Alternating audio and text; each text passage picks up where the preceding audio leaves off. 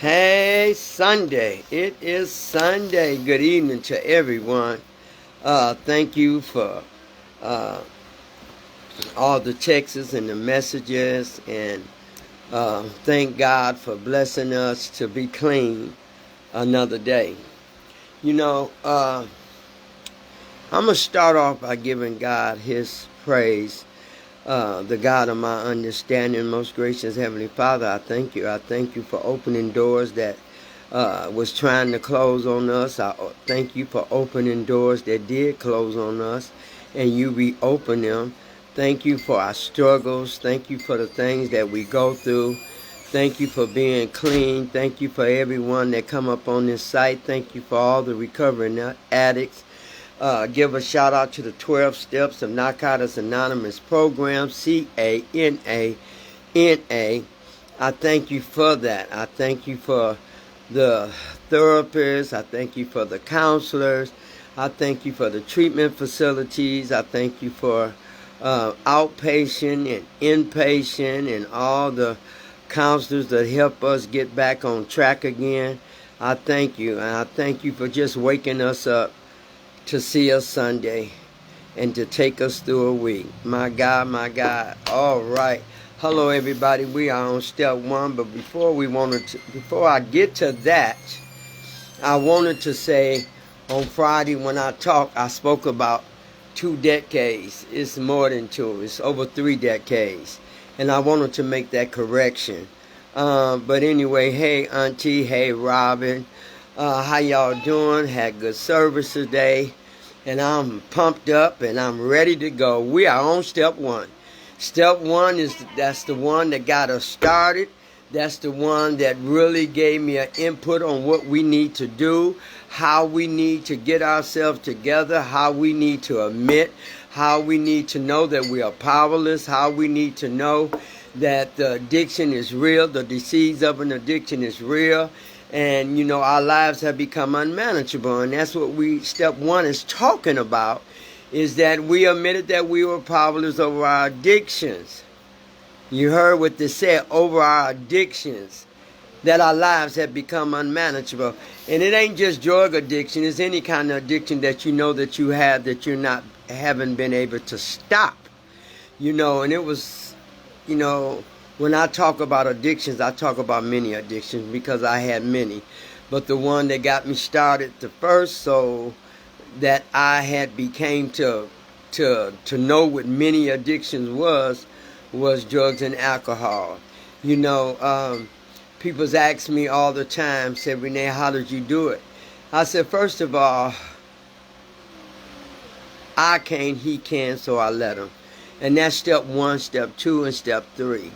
I come to believe that a power greater than myself had to come into my life, restore me to some sanity, and for me to realize and take a look at all the past drama, looked at everything that caused me pain, caused you pain.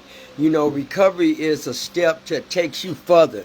You don't just get clean, you get open and you be honest and you learn how to set yourself free from all drugs.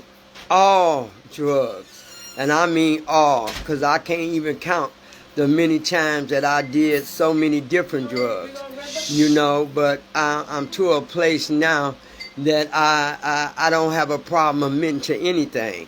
It was a time in our life that we sugarcoat things and we didn't accept things, and we thought we was in control of our own lives, and we thought that couldn't nobody tell us nothing, couldn't nobody tell us what to do. But when I admitted to the God of my understanding, I was willing and open for somebody to tell me something. I needed God to enlighten me, to tell me what I'm doing wrong, to free me, to help me discover me, and to help discover you all. So, step one was a good step. Step one prepares you to go through the rest of the steps, which is 11 more steps. And I had to find a way to surrender. I had to find a way for forgiveness. I had to forgive me for everything. You have to forgive yourself for everything that has happened to you. You have to learn how to let go. You have to learn how to stop blaming people. You have to learn how to start taking accountability on your own self-will. Because, see, our own self-will got us in trouble. I know that for a fact because I kept bumping heads after bumping heads after bumping heads until I learned how to realize that I was in trouble and I needed some help. So this addiction is real. People's is dying. Our people's is dying. We all in that same boat. We all recovering one day at a time. And recovery has helped me really look at all the areas of my life, everything that I just couldn't let go of. And I had many addictions. It wasn't just drugs and alcohol. It was overeating addiction. It was gambling addiction. It was lying addictions. Some of y'all got a behavior problem addiction. Some of y'all can't nobody tell y'all what to do. Some of y'all has got staying in trouble addiction. Trouble after trouble after trouble. Anything that you can't stop doing that you continue to do and it messes up your life, that's an addiction. And I know drugs hit me hard. I don't know about you all, but it hit me hard. Hey, Annie, it hit me hard, very hard. I had good service today. My pastor was awesome, very awesome. It was just really nice today. And he always enlightened me on what I know I have just learned about myself. Recovery, it sucks because people think that it's so easy to stay clean, but you have to work on yourself and you have to conquer things that you never conquered before.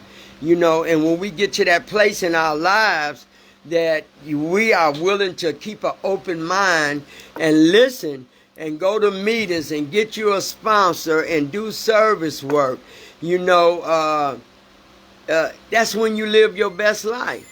Going on trips and when we admitted that we were powerless, that was a big step. And I want to tell you all, it's a big step when a person that's been using for 30 years or more, or 6 months, or 9 months, or 12 months, or multiples of years, and all of a sudden you get to a point that you know that you have to surrender and you have to admit. And I had to admit that I had a problem. Even when I was getting high, I was a praying addict. When I got high, I prayed. When every time I put something in my mouth or swallowed it, I was praying because I knew what I was doing was wrong.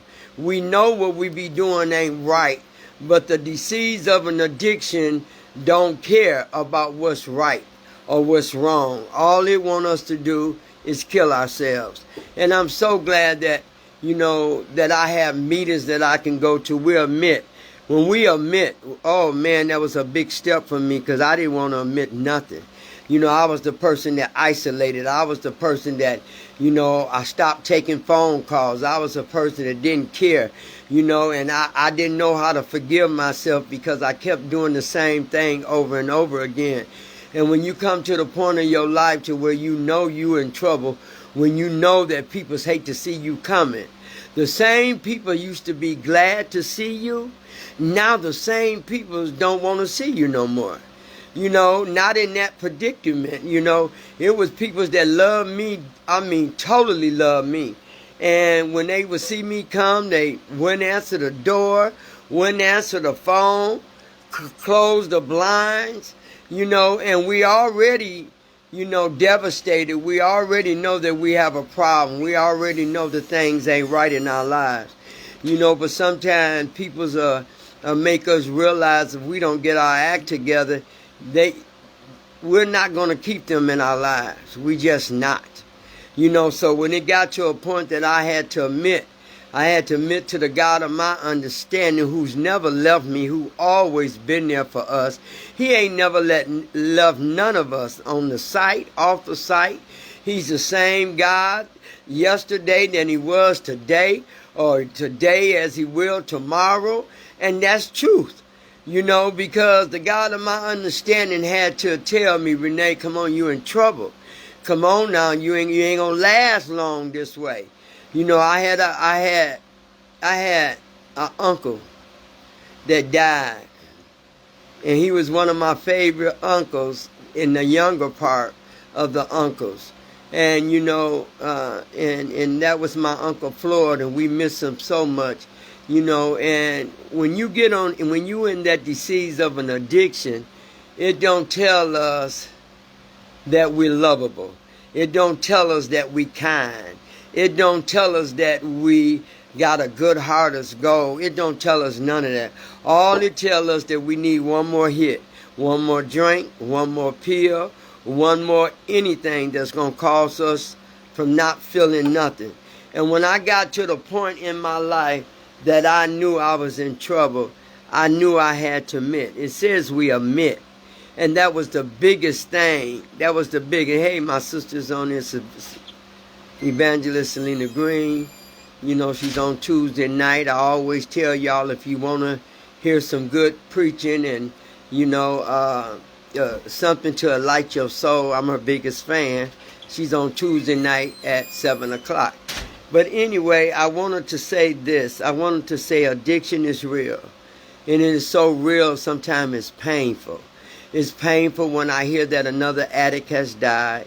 That wasn't due to, some of them died because they went back. Some of them died because of illness and sickness, but they still was recovering. They still were my friends, and we had a connection.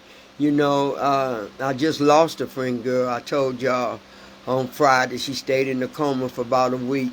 And I went to see her, and she went back, and it was very painful for me to even go see her, because me and her started off together, and I got clean and she got clean, but she went back. She relapsed, and she died the other day. So, I carry a lot of people's with me. I carry a lot of recovering addicts in my heart and in my mind, because I am too one hit away.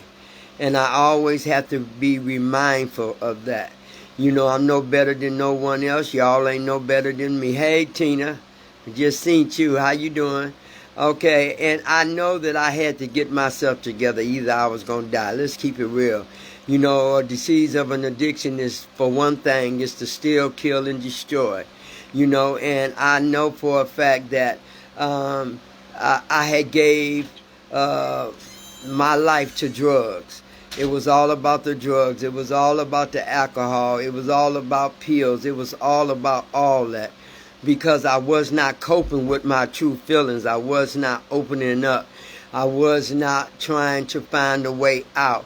All I did was use to live and live to use. And when we do that, we become addicted to something that's much powerful than us.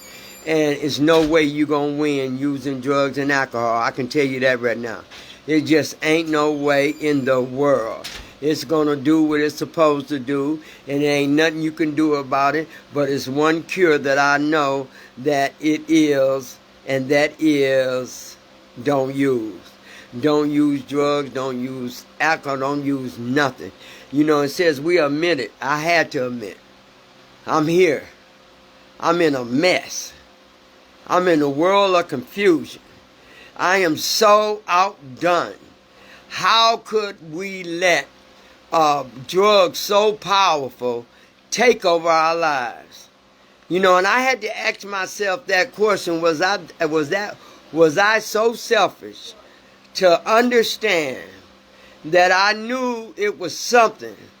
The drug was taking over my life. And when I admitted that I was powerless, that's when the doors start opening. Because you have to admit that you done something. You have to admit that you have not been responsible for your use of drugs. You're not taking accountability.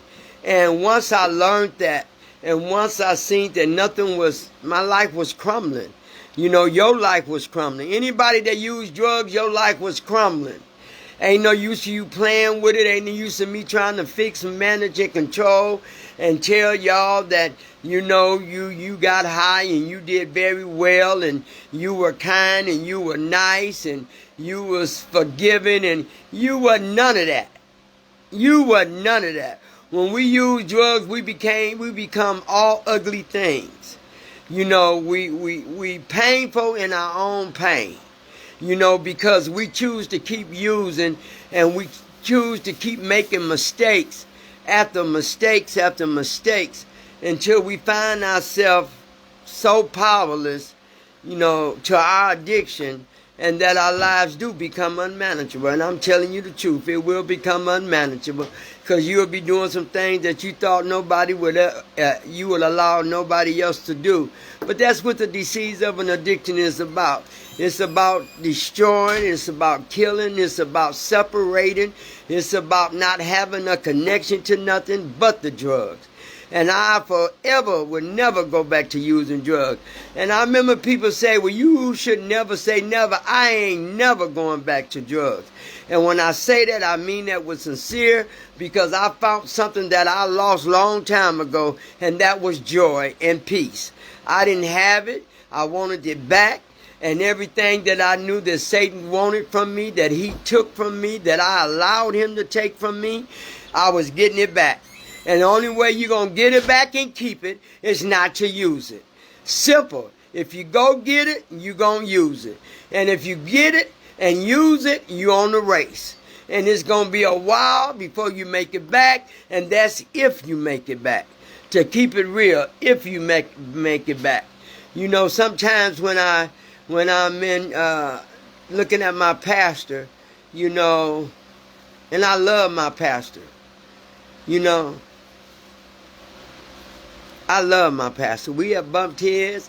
We have had disagreements, but that's my pastor. And what I love about him is he recovering too. So he know what I'll be talking about and the things that I'll be talking that we go through.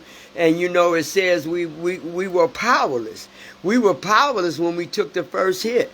And when we took the first hit, now we powerless from then on, because now all we want to do is get high. I thank God for his mercy. I thank God for the gift of life. The gift of life is what keeps me coming on here. The gift of life is what keeps me knowing that I can't never go back. Because if I go back, I don't believe I would make it back. And I'm going to hold on to that thought. Because see, that thought has kept me clean. That thought has kept me from not picking up ever again. It says, over our addiction, our lives have become unmanageable, you know, and unmanageable is something else, because that means you're not in your right mind. You just doing anything and everything that you want to do. And our lives have become unmanageable. We stop paying our bills. We stop going to meetings. We stop talking to our spouses. And for the newcomers who don't even know, they newcomers. You know, I spoke about that on Friday. Newcomers are very special to me, because to me, they tells me that they're still hurting out there, still very painful.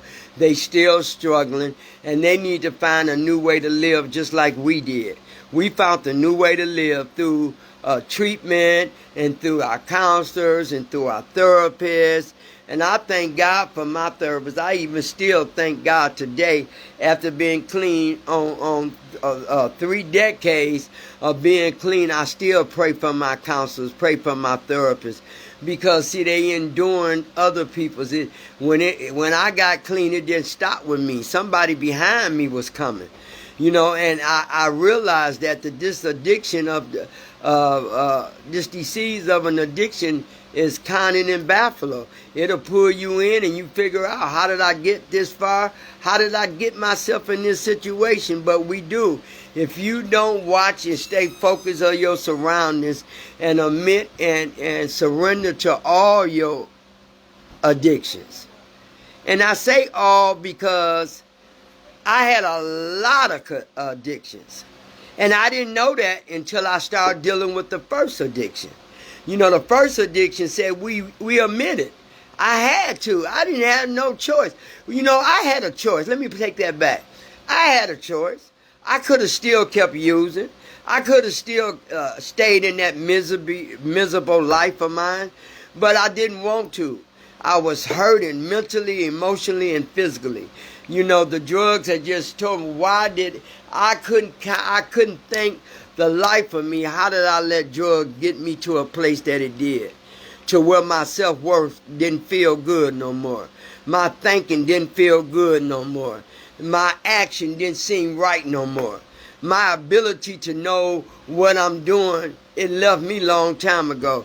So when I came in treatment, they said that they didn't say I, it says we have to admit that we were powerless. We have to admit. I didn't have no problem. The drugs had just beat me down. I didn't have no problem admit that I'm powerless. I can't do it. I done tried it my way. I done tried it everybody's way. I done tried, and and I don't seem to stop. So now I'm to the point where I know I gotta stop. You know, I know that the God of my understanding have talked to me, you know, even when I was using. He still heard me. He still loved me. He still carried me. So I know for a fact that if God truly loved me like I know he did, he will help me. And he did. You know, it woke me up and had me to pick up the yellow pages, and I go into treatment. You know, and I found a lot of things in treatment that I didn't like about myself. And I must keep it real. I didn't like a lot of things about myself. I didn't like how I manipulated. I didn't like how I put the blame on everybody else. I didn't like how I, put down on other people's, talked about other people's. You know, I have to keep it real. The same crackheads, the same alcoholics, the same people that was on drugs that I laughed at, that I talked about. I had to admit that I was that person. I was that victim. I was that human soul, that's struggling now. I see, when I cut on Facebook, YouTube, whatever, I see hurt. I see pain. I see misunderstood. I see trouble. I see people's dying, all due to drugs. And my point is that once we admit that we were powerless, we was on our way. Because now we have identified.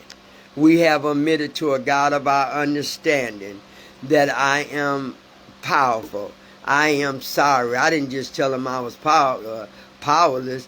I had to tell him I was sorry. Because do you know how many times I have prayed to that God of my understanding when I was using? And a part of me knew that what I was doing was wrong, and a part of me knew what I was doing, eventually I was going to die.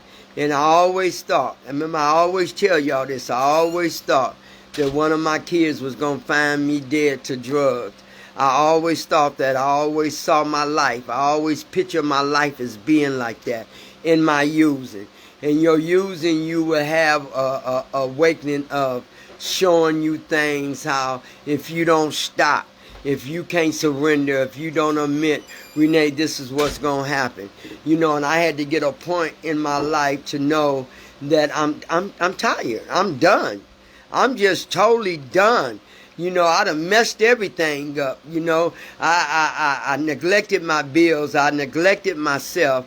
I didn't care about myself no more. It was signs to show me that I was having trouble with health and didn't care. And then I was financial. Then I started selling stuff that I worked hard, stuff that we worked hard for. And when we in that addiction, that dark place that minimize us and tell us that we still okay, we can keep using, we still okay, we are functioning addicts. That's what the dope told me, that's what the alcohol told me, that we are functional addicts. And for a minute, I thought I was a functional addict, but I kept messing up, I kept bouncing up and down. I kept losing stuff, letting people take stuff from me. My self-worth wasn't no good no more. let people talk to me. The dope men talk crazy to me and came and got all my stuff, my TVs, my jewelry, whatever I can sold to get one more hit. That's what I done. And so when I knew that I had to admit that I was powerless, I was doing me a favor. I was actually doing me a favor because it came out of my own mouth. Can't nobody stop you from using. You can try to do it for your mama, your daddy, your sisters and brothers, but if you don't do it for yourself, and if you don't be honest, and if you don't surrender, you're going to go right back to doing the same thing over and over again. And that is what I didn't want to do. I didn't play with God. I didn't want to play with the drugs. So when I admitted and accept the responsibility of knowing that I had to surrender, then that's when my life had begun to change. That's when your life will begin to change. Do we have ups and downs? This disease sucks. But long as you don't use, that's the whole key. It ain't nothing else that can stop you from using but yourself. You can't go and pick up because we going through a hurdle in our life. And when we get clean, we think, and this is what I know. This ain't what I think, this is what I know. When we get clean, everything seemed to be good, falling in place, right job, get some new peoples and new friends, a new connection, have a new outlook on life.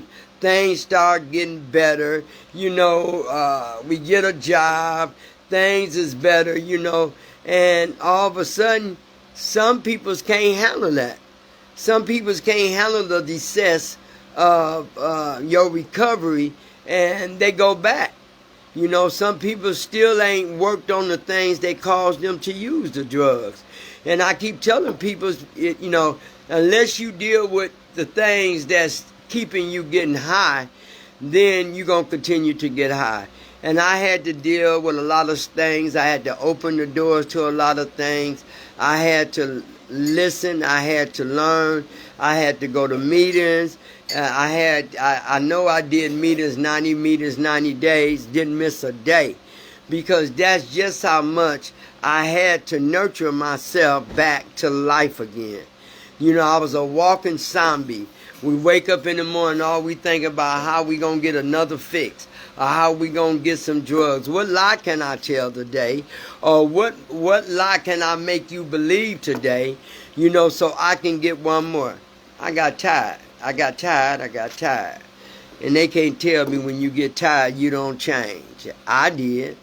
And it's a lot of people that follow me, and it's a lot of people that know me, that know that I know they had to do the same thing. They had to admit when they was in trouble. They had to, even in recovery, we gonna make some mistakes. Even in recovery, we gonna start thinking crazy, or a thought come up in it, but you have to remember it's just a thought. Only time it become real is when you manifest that thought and bring it to reality. So that let me know we ain't perfect. That let me know even in our recovery, and we clean and we struggling and we get them dirty thinking and we start thinking crazy, that let us know we still human and that we don't have to use. We don't ever have to use. I tell people you don't have to use. You use because you choose to. The dope ain't going nowhere. Everything is going to stay there. It's what we choose to do with it. And I mean, it's been some days. Tina know what I mean. It's been some days where I thought I just couldn't make it. And Tina too. It was some days when I just wanted to get high. And you heard what I said I wanted. That dirty thinking come in. But honey, it was a thought. And I realized that the mind is very important. If you think about something and you react to it and you bring it to a realization in your life, then you're going to use. I ain't never using. I've been saying that for all these years, over 3 decades, and I'm going to keep saying I ain't never using. If a person want to use and kill themselves, a lot of my friends, man, is dead because they went back. Because they were clean, and then all of a sudden everything got good, and then everything got chaotic. And when things get chaotic, that's when the Satan come to us and mess with us and try to devour us back to where we came from. It ain't gonna happen. You know, I done learned how to deal with Satan. Don't deal with him. You heard what I said. I don't deal with him.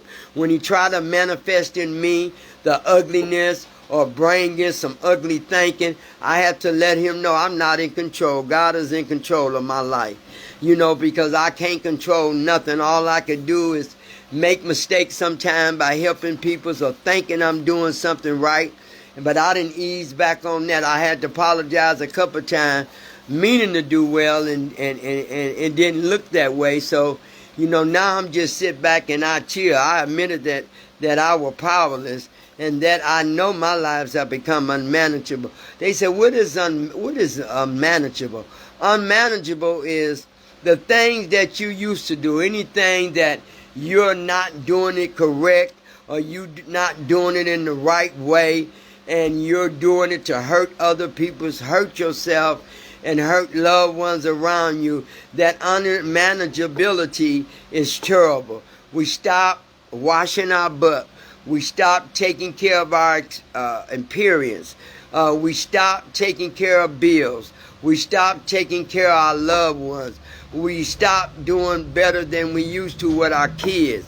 We stop learning how to be honest. We become liars. We become manipulators. We become users.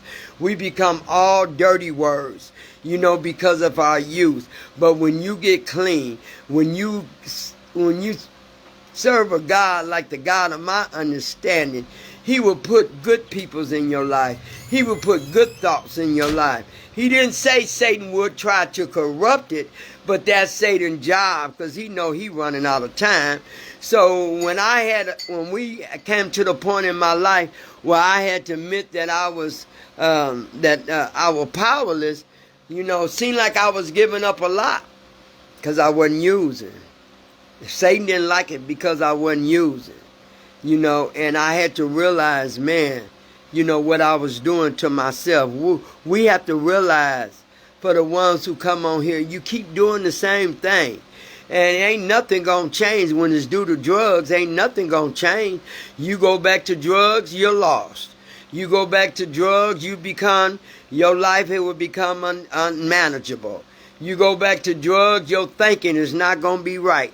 You go back to drugs, you're going to stay out there until you can't stay no more. So when I realized that I was powerless, I couldn't beat the drugs. I could not win. Ain't no use of me lying. I knew it's too powerful for me. It's too powerful. Do you know how many people had to go through what we go through in order to get to where we at today? You know, when we go to conventions and we go to meetings and I see all these people, and we all admitted that we were powerless, and that our lives had become unmanageable due to our addiction. And our addiction tells us that unless we get honest and open-minded and have a willingness to change, a willingness to get right and do right and live right, that's what's going to happen.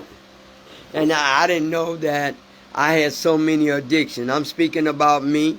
If any of y'all up here know, I remember when I got tired. Yeah, you get tired. You get to a point to where you get tired of stinking. You get tired of not cleaning. You get tired of not doing your house. You get tired of on that pity pot. You get tired of lying and manipulating, and you get tired of stealing. I mean, I did it all. You know, that's why I know that this is a gift in my life, because I couldn't have got a better gift than this. I could not have got a bigger gift than the 12 Steps of Narcotics Anonymous program.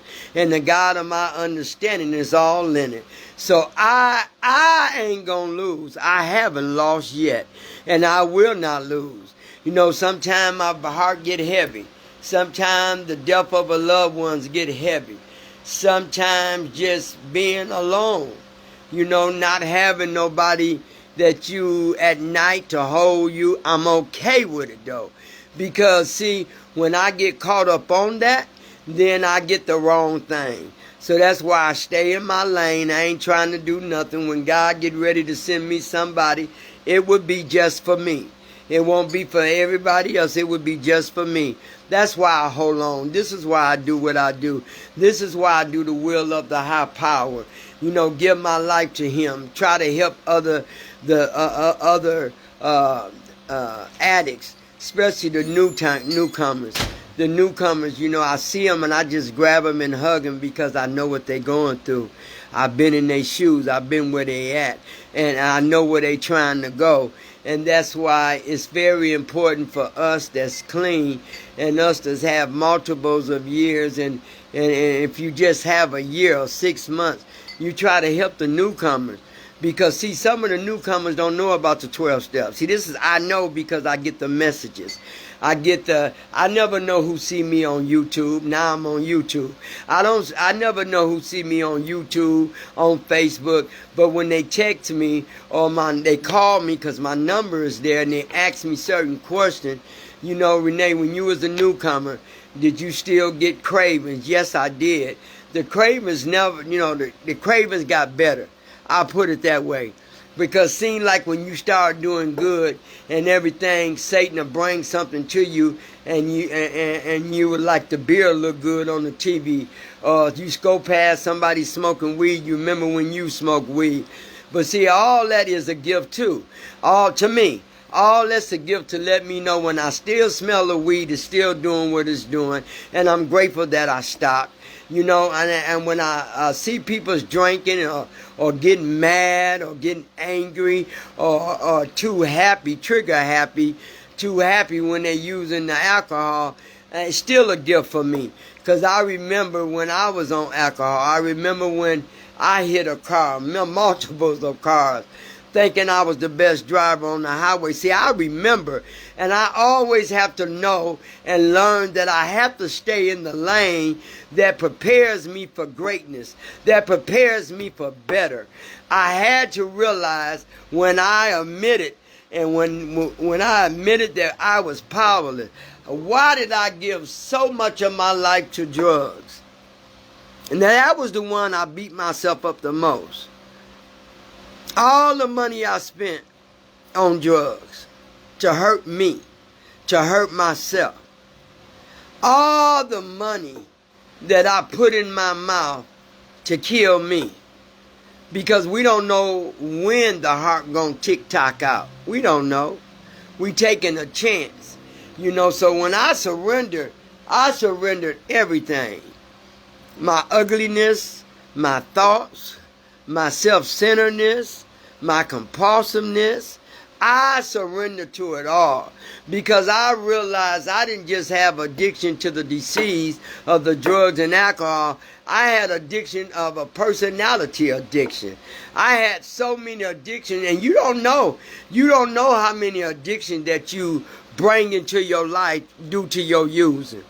You don't know, like lying. Oh, couldn't nobody beat me in that. I was going to be the perfect liar, the perfect storyteller.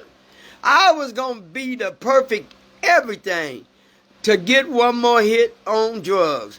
And I learned that. And I learned that the energy that I gave the drug, I'm going to give it to the 12 Steps of Narcotics Anonymous program. But see, the difference, when I gave it to Satan and to the drug, I didn't get no reward. See, I didn't get that. You don't get no reward when you're using drugs and alcohol.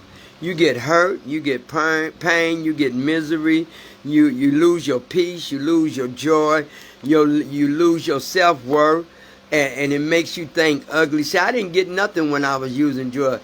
And I had to think. I had to ask my counselor, how could I just give my whole life to drugs? The disease of an addiction don't lie. The disease of an addiction will steal everything that's good in you and everything that's worthy about you. It's going to take it. And so when I came to the part to where I was tired, I hear what Tina said. When I get to the part where I was tired, I mean I was tired. I was done. I was tired, done. I was in a place in my life where I didn't even want to live. That's just how low I had got. And I don't want nobody to ever get that low to where they feel like that they can take their lives when they didn't give life. But that's where I was. I can only speak where I was. I don't ever want to go back to the point of living in darkness and wake up and it's shiny outside, but my life is still full of dark. I don't ever want to go through that. And when you get to a dark place, all you're going to see is dark things. You never see the light. You never see the brightness. You never think good. You never think worthy. You don't think like that. All you see is bad. All you see is, shame. And I'm hurt. How did I get like this? Okay, the same way we got is the same way we can receive.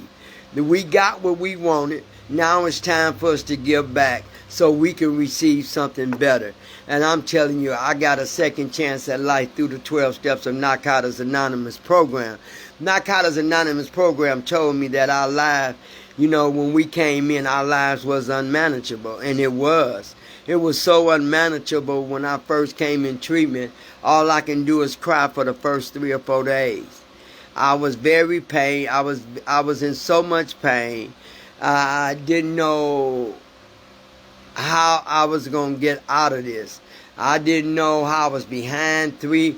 I ain't never missed paying my rent, but when I started using them drugs, I got like behind 2 months. And I was trying to figure out how I'm going to pay, but I was a hustler. Recovering, being in the addiction will teach you how to be a hustler. You didn't know that you could be the best hustler you can until you start getting on drugs and alcohol. You're going to find a way to get you some drugs. You're going to find a way to fulfill that void that you missing due to drugs and alcohol. But honey, when I came in, and due to, they ain't going to even talk about that. The disease of an addiction brought on a lot of stuff. It brought on depression. It brought on mental illness. It brought on a lot of painful feelings, and Satan had me where he had me. And it was up to me. My mother couldn't save me. My daddy couldn't save me. My sister and brother couldn't save me. Or my kids couldn't save me. Only I can do the will of my High Father and listen and go to a meeting.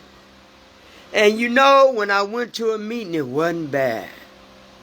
When I went to the first meeting, it wasn't bad. I was able to relate. I was able to connect. I was able to see other people just like me. I was able to hear other stories just like mine.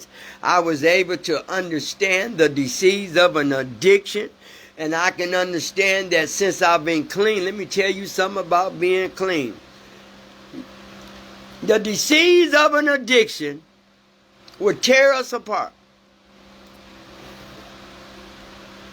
But when I got clean, and I was able to talk about all the different trauma and all the different pain and all the different things that had disturbed my peace, I was able to surrender. I was able to surrender. And now that we clean, let me tell you something. I'm clean. And life shows up when you clean. You know how the world is moving so fast. People don't think about how the grannies and the grandmas and the mothers struggle so much to make sure that they stayed out of harm's way. And when our grandkids and our kids get older, seem like they so slowly to forget. And that too can be painful. Because everybody know I kept my grandkids with me. Everybody take them to a meeting. Some of the people in the meeting have seen me with my grandkids. And I talked about how I had to admit, that I was done with drugs and alcohol. I had to surrender. And I would keep my grandkids to show them when all else has failed, remember it's a way out. That's why I took them to the meetings, took them to the 12 steps, took them with me when they were little, like 4 and 5, 6 and 7, 8 and 9. You know, and then when they got a little older, they started feeling themselves, and that's understandable because, you know, when kids get older, you know, they get a job and get boyfriends and they get their apartments. And sometimes I miss that. Sometimes I say to God that I wish all my grandkids and my kids could have stayed little, you know, but, you know, life too must still go on. You know, and I must go on with it. You must go on with it. Why do we use? You know, it's so many reasons why people use. It's attachment. It's hurt. It's a pain. It's not believing in themselves. Low self-esteem. Low characters. You know, thinking people is out to hurt us. It's a million reasons why we use. But it was one reason why I wanted to stay clean. And that was because I found something that was worthy in me. The gift of life. I wanted to live. And when we want to live, guess what? We will change. We will change everything. Hey, Sandra Massey, good to see you. We will change everything about our lives. We don't need nobody to tell us that we can't change. We don't need nobody to tell us we ain't worthy. When we admitted that we were powerless, we was doing a lot. When we admit that, you know, I'm tired. I've been doing drugs for over 30 years, and I'm tired. I'm burnt out. I don't want it no more. So when you admit that we are powerless, you saying a lot. You saying, okay, God, I'm taking my hand off. I can't do it no more. I'm finna surrender. I'm finna do your will. Whatever you tell me to do or suggest me to do it, I'm going to do it. I got an open mind. I'm tired of hurting. I'm tired of crying. I'm tired of being in a place where I don't have no money. I'm tired of being in a place where I ain't even got a roll of tissue paper. Now that tells you something. And back then, when I was using tissue paper, I believe was like 15 cents. 25 cents. And I didn't even have a roll of tissue paper. The drugs took it all. But then I had to learn that I had to figure a way to beat this disease. And I learned that the disease is very curable, long as I don't use. You know, that's the only hit. It's curable, long as you don't use. And you have to recognize that you are an addict. That you can never take away. You are a recovering addict. You must recognize that when you become clean, that you are a recovering addict. And you have to remember that. You know, and my job is to keep me on the surface of doing right. I always have to admit I'm a recovering addict. I don't care to anybody. My peoples, my family, they all know that. I am a recovering addict, and I always have to remember that. And when I stop remembering that, then I'm in trouble. When I don't admit that what I surrendered to and what I admitted to and what I gave up, then I'm in trouble. So yeah, I'm in trouble. You know, and I remember that being clean, let me tell you something else. We can go through a storm being clean. You know, they say our lives, through our addiction, that our lives have become unmanageable. Y'all know where our lives become unmanageable. We couldn't keep no money. We let the dope man take our TVs and stuff out. I did in front of my kids. You know, and my kids, they can remember that. You know, we did some damage along the way. You know, we hurt other kids. We hurt people that we love due to our addiction. Due to our selfishness, due to us not being accountable for our own action. And so we did that. I thank God. I tell everybody this little word that says forgiveness means so much. Because once I learned how to forgive myself, I was able to forgive other people who had hurt me. Or you can forgive other people that have hurt you. You know, a lot of people have hurt. But don't think because you get clean, all that stops. It don't stop. Let me tell you why. When you get clean and everything is right, your mind is right, your mental health is right, Your ability to do what's right. Your ability to love is right. Your ability to forgive is right. And then all of a sudden, I talked about this Friday, when them curveballs come into your life, and they can come into your life clean. And I know some people's on here that know what I'm talking about, because I've watched them and they watch me. There's some things that can come into your life. Them curveballs can come into your life clean. And the part that I like about being clean, because when them curveballs come in your life from the right, from the left, to the front, to the back, and sometimes we don't see them curveballs coming. And sometimes they can come through family, they can come through friends, they can come through life-on-life terms. But when they come, it's different than when I was using. See, because when I was using, and I get all these curveballs shooting at me, and all these thoughts and unmanageability and all this stuff would come up on me, the first thing I would do was get high. The first thing I would do was run to go and use. But now I don't do that. When them curveballs come, I catch them, and I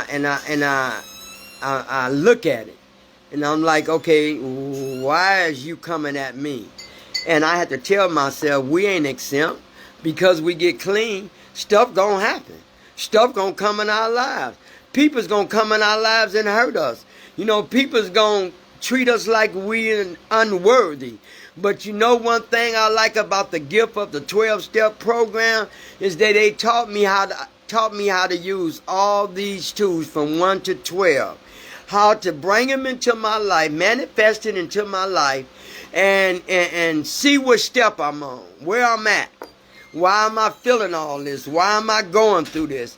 And sometimes the greatest pain come from my kids, or, they get older and they get married and they get a wife, and, now all of a sudden you don't get the attention that you used to. That's very painful for us recovering addicts. And I must talk about that.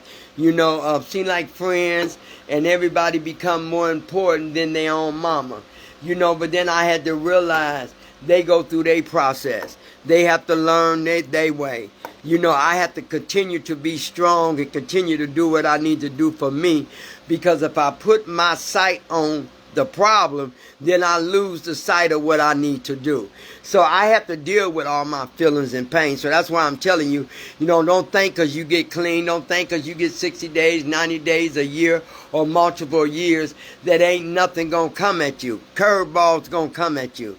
Whether they're health curveballs, whether they mental and emotional curveballs, or whether they just people's or loved ones and your family that's really hurting you or making you feel some type of way. Okay, feel that type of way. Look at it and see what part can you play to change that. That's what the curveballs is for, to be thrown at you and to see if you're going to catch it and to see if you're going to figure out what's going on with that curveball. So I let y'all know. I keep it real with you. Life is, life sometimes people say, sometimes I feel like I was better when I was on drugs. Never say that. I had a person tell me that yesterday, and I said, never say that.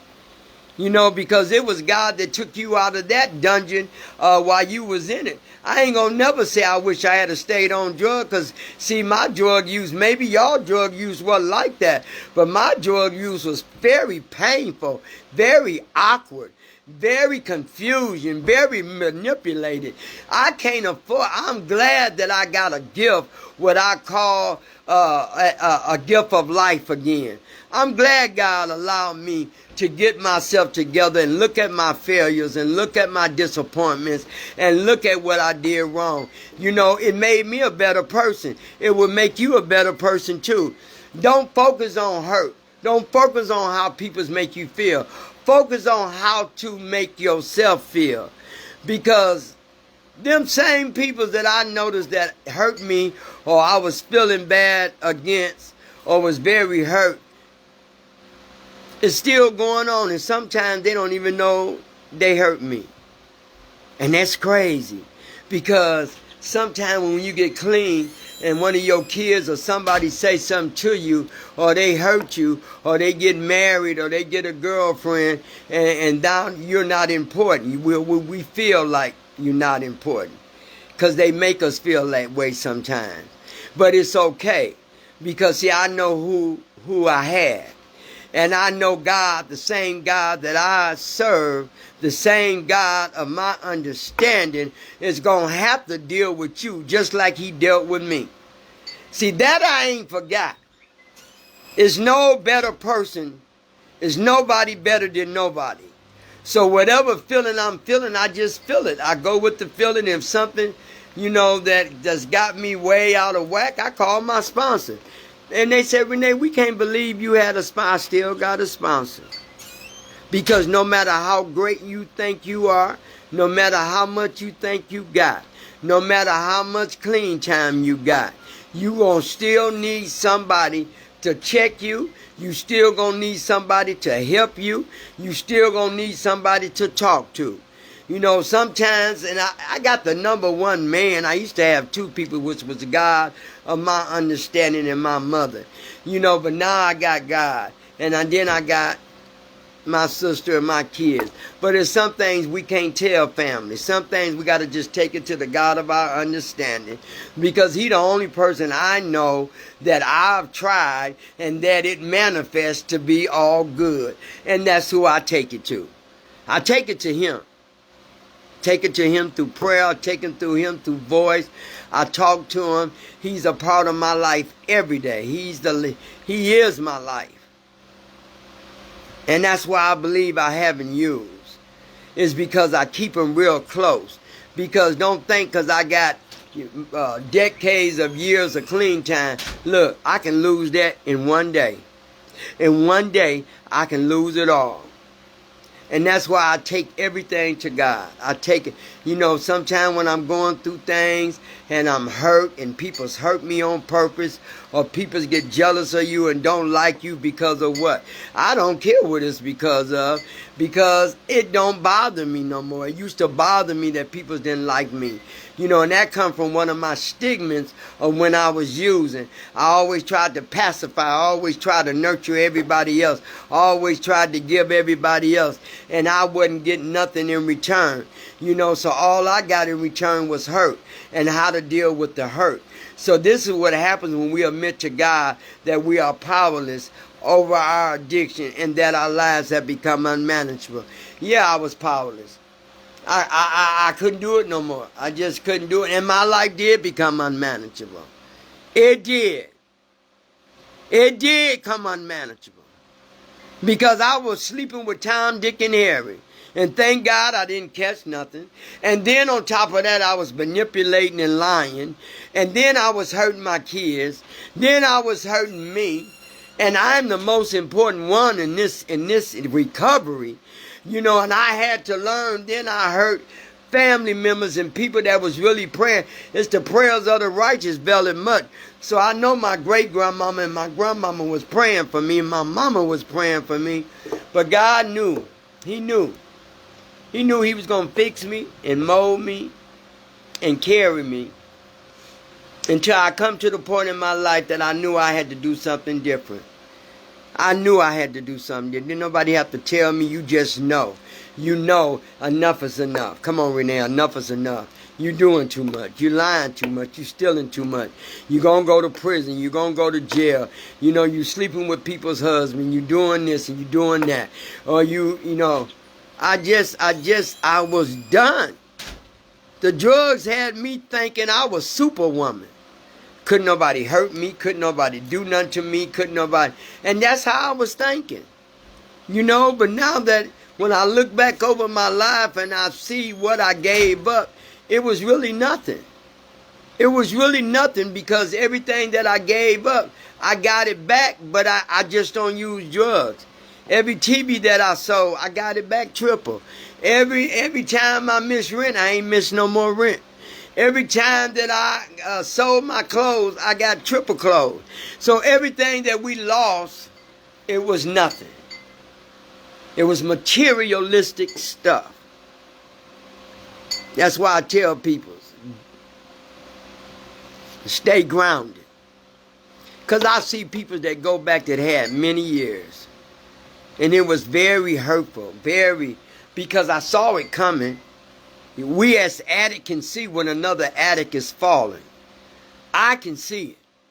I don't know why God gave me that sense, but I can see when you getting out of character or you think you way up there, he gonna show you just like you went way up there, he can bring you way back down. And I know that today. I know that. And that's why I stay grounded. I stay grateful. I stay thankful. Because where I come from, you know, everybody used me. Everybody hurt me. And the worst person that hurted me was me. I gave me all things that was ugly. I didn't think nothing about you, me. Or did you think about you? No. We thought about our selfish needs, our drugs of an addiction, our ugliness. All we thought about. And we damaged some stuff along the way. But thank God for forgiveness. And the ones that didn't forgive me, it's all for me. Long as I ask you to forgive me, when I admitted that I was powerless over my addiction, that my lives have become unmanageable, you know what? I did a lot. I ain't gonna lie, I did a lot. It took a lot for me to do that. I didn't know how in the world, I don't know where it came from, but it must have had to be because I was tired. I was desperate. I was running to Northwest General Hospital. I was running to that hospital. And then when I got there, when I got in front of the door, you know what happened? Satan said, you don't need that. Turn around. And I turned around. Then the God of my understanding said, Renee, you come too far. You come too far, Renee. Go in there. Tell them people how you feel. Tell them what areas of your life that things you need to work on. And I did. Stayed in there almost 30 days. I worked on me. I didn't focus on nobody else. All I know, I needed change in my life. I needed to be an example for other people to see that this program does work. The 12 Steps of a Narcotics Anonymous program, it really saved my life. That's why the gratitude that I have, that's why I still go to meetings. You know, and, you know, I know a lot of people, they stop going to meetings. I got God in my life. I don't need no meeting. I need him. I need both of them. I can't do one without the other. You know, and I can't focus on what somebody else do. You know, I can't focus on why they don't go to meetings. That ain't my job. My job is to focus on me. But I tell you what, you know, with God, everything is wonderful and good. But he still need for us to get that nurturing for how we did it. And what newcomers going to come into our lives. And I need both of them. You know, adios to the people that don't go to meetings. You know, that's on them. Adios. I couldn't do it. I tried it and felt lost, still going to church. Something was still missing in my life. I ain't gonna lie. It was something still missing. I would go to church. I know I'm saved. I know I didn't change. And I was going to church, but I know something was missing. And it was the connection of the unity of peoples that can help me and identify with me. Sometimes I've had to sit around the tables and ask, you know, I'm here. This is where I'm at. What can I do? You know, sometimes we have to belittle ourselves at a certain standstill when we need help. An unfed mouth, and if you ain't talking, you ain't gonna get heard. Or you know, you're not asking for help. But see, I don't mind asking for help now because when I came into treatment, that's all I did was ask for help. And when we admitted that we were powerless, we did a lot. People don't know what we did. Y'all did a lot. Even the ones that's in recovery now, when we admit that we are powerless and we taking it back, we don't want the drugs in our life no more. We don't want the alcohol in our lives no more. Because if we go back and look, how many times can you tell me that you can remember what you did the night before and you was up under the influence of drugs and alcohol? How many times have people stole from you and took from you and you don't know which one of them did it because you was up under the influence of drugs and alcohol or pills or whatever, Oxycontin, Experidol, all that. How many times have you hid money and you couldn't find it because you was too drunk or too high. See, I can go back and remember that. How many times did you let people come in your house and humiliate you and talk about you like you was a dog because they knew you needed something from them and that was the drug of your choice? How many times? See, all that I don't never forget. I don't never forget how I shortchanged myself. Y'all ain't forgot how you shortchange yourself just to get one more hit. So I stay humble and I keep God in here. And I love my meetings. I got my special meetings that I go to. It's because you keep me grounded. I'm grounded on both edges. I got the 12-step here on one side and I got the God of my understanding on both sides. So recovery has been good. We admit that we are powerless. We admit that we made mistakes. We admit that we did some things that only God knows that we did. We admit the things that we shouldn't have done, but we did. And you know, we admit that. And we admit, God, I'm tired. I'm just tired of living this way. I'm tired of nurturing everybody else, and everything you said you made was good. So I know I'm good, God. So why am I not giving it back to me? Because of the addiction. Because of the disease. It's a disease. It's a disease. It's a disease of an addiction. And I had to learn that. And I had to study it. And I had to be an example from it. That I know drugs would kill you. I know drugs would take you out of here. Drugs would hurt you mentally, emotionally, and physically. I know that. And don't think because you get clean that you ain't going to get no aches and pain and that you can't hurt in recovery. Don't let nobody tell you that. Satan come at us more in recovery than he did when he already had us. When he had us, he didn't have to come to us that much because we already had that addiction part. We already had the depression. We already had the mental illness. We already had the cutting. We already had the lying and manipulating. He already had us. But now that we're clean, he's throwing the curveballs. And I'm going to keep always saying that because as soon as we get clean and start living right, doing right, being right, he coming at us because he don't like us right. So don't think because we get clean that we exempt from trouble and heartbreak and, you know, losing loved ones. And the only difference is we know how to catch the curveballs now. And we know how to deal with pain. And we know how to analyze everything that we going through. Because why? We start nurturing ourselves. We start going through the program. We start reading. I read a lot. And I apply it to myself. Because I know in this temple, in this body, that the God of my understanding had sent me to the 12-step program due to a yellow page book. And therefore I am very grateful. Yeah, I go to meetings. I go to at least 3 meetings a week, sometimes 4 meetings. I have to keep my meetings because I have to hear other stories. I have to see other people's. I have to connect. I have to feel the unity. I need that in my life because I know how many years I went without the unity, went without the connection, went without the love. I know. So I don't forget. I don't forget. I don't forget because God brought me too far for me not to forget. You know, so I thank God for you all letting me come into your living rooms, your dining room, your kitchen, your wherever you may. I thank God for that. I thank God this is on. I thank God this is Sunday, and I believe the day is 22nd, 23rd, 24th. I believe it's the 24th. I'm not staying. It's on a Sunday, so I should have pronounced that when I first came on, but it's Sunday. And I thank God for you all. I thank God for the listeners. I thank God. I don't just do this for you. I really do it for me to keep the connect, to hear what I'm saying, because it applies to me too. It ain't just for the site. It ain't just for that. It's for me too. Because I love doing what I do, because what I do helps me stay clean. and it keeps me motivated, and it keeps me grounded, and it lets me know who I am at all times.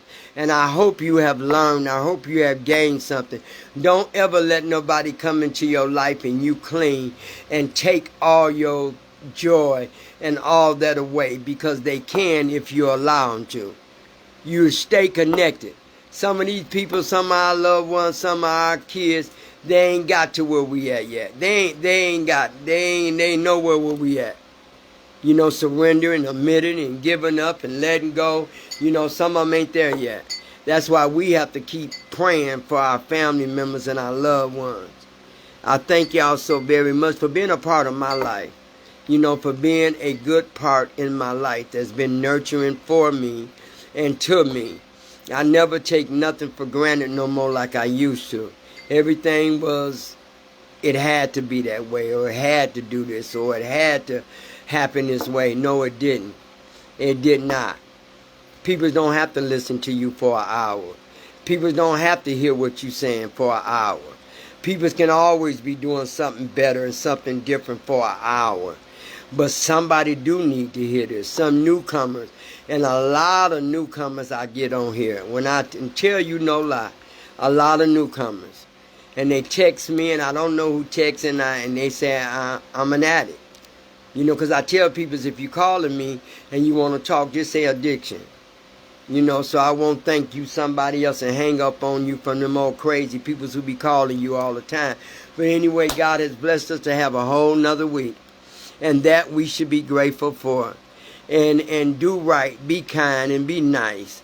And help another individual save their life or stay clean. Always be there for a newcomer. You know, and I wanted to say, you know, recovery has been good, and it's been very beneficial to us, because we learned a new way to live without all drugs and alcohol. You know, and pray for your loved ones that still are. I do. I pray for my kids every day.